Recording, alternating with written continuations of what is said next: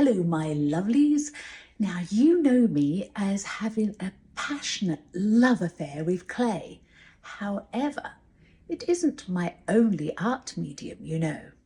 Occasionally, I even use just a pencil or some pencils.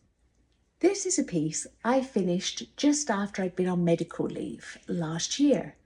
And it's all based on being a phoenix rising as well as a hummingbird buzzing around. And I do love my hummingbirds, but never stopping to really relax and stay calm, right? They're always flitting about here, there, and everywhere. And so this two combined really excited me as a way of expressing how I was feeling. Now, normally I like to work in clay and be able to have the physicality of moving mud around. However, I was compelled to work in what we might in the art therapy world call a controlled media, a pencil. Controlled because you hold it like this and it's very tiny, and where you want a line goes, as opposed to moving wet clay around and things like that. I thought I'd want to work small as well, but I didn't. I wanted to work large. And working large with a small pencil is even more challenging. I needed to disappear into this drawing. I needed to be with it for a long time, processing how I felt in my body and my mind. And so this is what came from it. Let me take you on a journey of how she was created. Out of an abundance of insecurity, I used a projector to take my original sketch onto something larger. From there, I only drew out in yellow.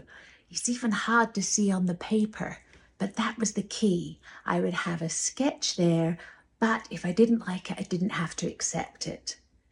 And then bit by bit, sketching in and colouring in, using those very fine colour pencils just to start adding marks, little by little by little. Working on a tiny piece, knowing this huge piece loomed over me as I worked on it. It took weeks. I even had to wear special little gloves so I wouldn't keep smudging the work I'd already done.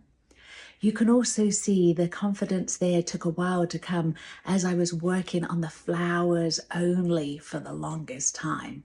And finally, I had to just start working on that bird. When I finally finished it, there was a sense of relief, release, and anticipation of where I needed to go next. The most important thing for me is I got these complex feelings out from within me, but in a controlled way with a fine pencil and keeping it to what my body needed. The symbolism behind the birds too is combining this little tiny hummingbird with what I perceive as a giant phoenix. Those two coming together.